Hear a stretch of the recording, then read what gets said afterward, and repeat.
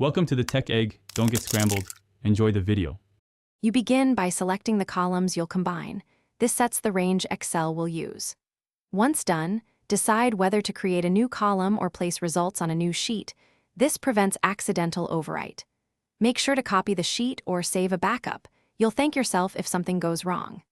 Now, position your cursor in the destination cell, because the next step is entering a formula that joins cells efficiently and consistently across rows. You'll use a formula to combine values. Enter equals A2 and B2 to join text with a space.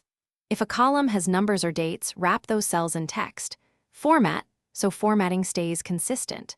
Then press Enter and use the fill handle or double-click its corner to copy the formula down the column. This fills every row quickly. Once the column is populated, scan a few rows to confirm spacing and formatting match your intention. After verifying results, convert formulas to static values by copying the column and using paste special right arrow values. This prevents accidental changes. If you notice extra spaces, wrap your formula with trim to remove leading or trailing blanks because inconsistent spacing is the most common issue.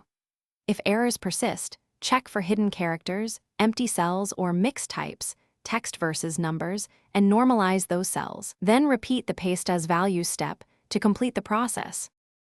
Thanks for watching. Consider subscribing if I helped unscramble your problems.